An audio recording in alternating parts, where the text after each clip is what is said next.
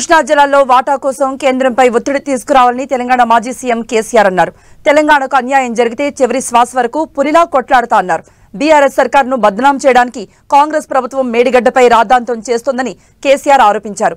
2-3 పిల్లర్లు కుంగిపోతే నీళ్లు వదలకుండా రైతులకు అన్యాయం చేస్తారా అంటూ ప్రశ్నించారు.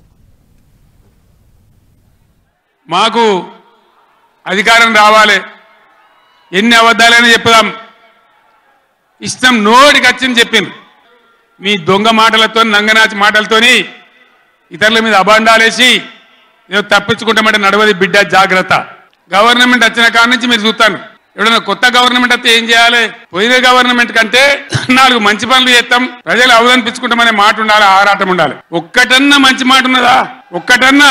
పొద్దున్న లేస్తే సొల్లుపోయాను కేసీఆర్ని తిట్టాలి. కేసీఆర్ని తిడితే మీరు పెద్దోళ్ళు అవుతారా? లేనిపోని బదనాములు పెట్టి కేసీఆర్ మీద బదనాం పెడితే మీరు పెద్దోళ్ళు అవుతారా? ప్రజల హక్కులు గాలికి వదిలేసి ఏ విధంగా అసెంబ్లీలో మాట్లాడుతున్నారో, ఎటువంటి దుర్భాష మాట్లాడుతున్నారో, ఎంత దుర్మార్గమైన పద్ధతిలో మాట్లాడుతున్నారో టీవీలో సాక్షిగా మీరు అందరు చూస్తూ ఉన్నారు. వీళ్ళది ఏం పోతుంది? వాళ్ళకి కావాలి పదవులు, వాళ్ళకి కావాలి పైరవీలు, వాళ్ళకి కావాలి డబ్బులు తప్ప ప్రజల హక్కుల గురించి లేదు. నాడు లేదు, నేడు లేదు. మీకేం కోపం వచ్చిందో, ఏం భ్రమల పడ్డారో, పాలిచ్చే బర్రెను ఆయన అమ్మేసి దున్నపోతుని తెచ్చుకున్నారు.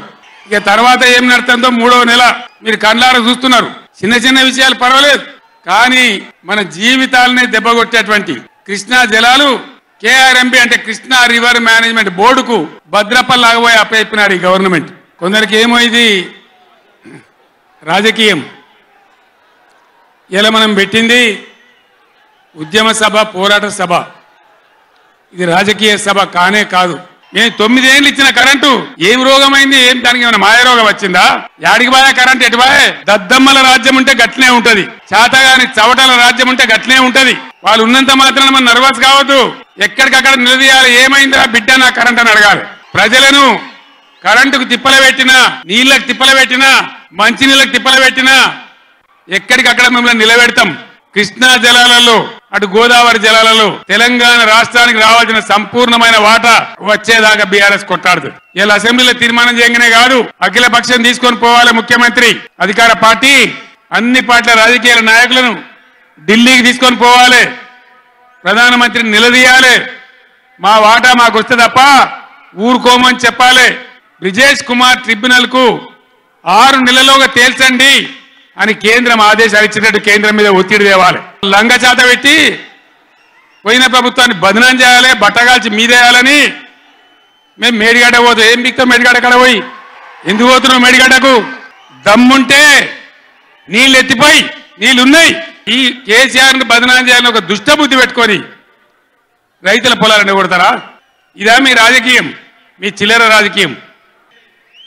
నాకు చేతనైనా కాకపోయినా నా కట్టె కాలే వరకు తెలంగాణకు అన్యాయం జరిగితే చివరి శ్వాస దాకా కూడా పులిలాగా లేచి కొట్లాడతా తప్ప పిల్లిలాగా ఉండను. ఓ లోడొచ్చు, వాళ్ళు గెలవచ్చు, ఎవరికి శాశ్వతం కాదు.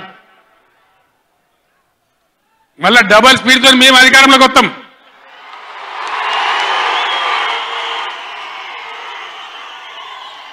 అప్పుడు మేం గిట్లే మాట్లాడన్నా, ఈ పద్ధతి అనుసరించానా?